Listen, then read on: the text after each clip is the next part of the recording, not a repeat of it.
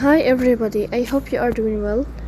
Today we will talk about how to fix or how to solve the problem of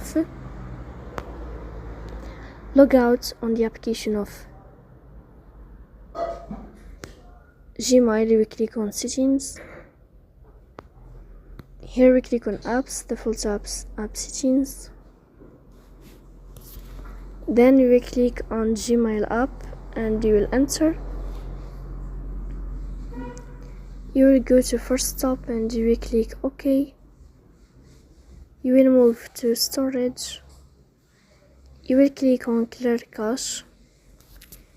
In the end, you will turn off your phone and you will wait a moment to restart your phone again to fix that problem.